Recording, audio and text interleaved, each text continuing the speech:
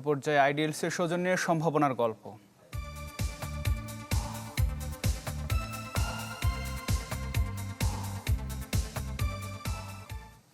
Video বানানোর জন্য বাড়ি থেকে বের করে দেয়া রাসেল এখন সবার প্রিয় নাসা ভাই।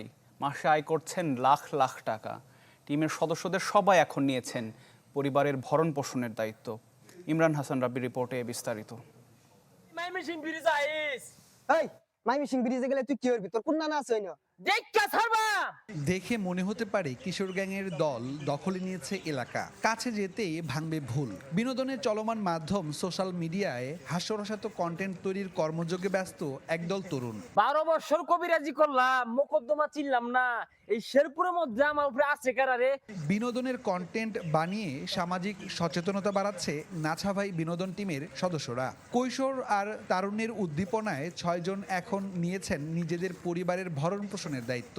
আমরা 6 জন 6টা পরিবারের দায়িত্ব নিতে পারছি। যে আমি আমার ফ্যামিলি সহ আমি নিজে চলে আসি। 22-এর বন্যায় মানুষের জন্য কিছু করার প্রত্যয়ে শুরু করা এই যাত্রায় 15 জনের অনেকেই হারিয়ে গেলেও রাসেল, আমিন, সাগর, লিপু, মিনহাজ ও পরশ কাজ করে যাচ্ছেন এখনো।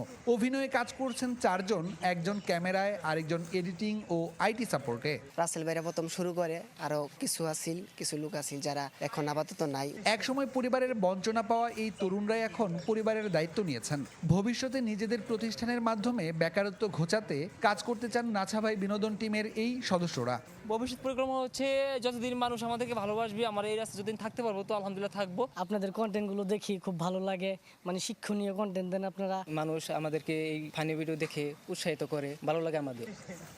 ইমরান হাসান রাব্বি, চ্যানেল 24, শেরপুর।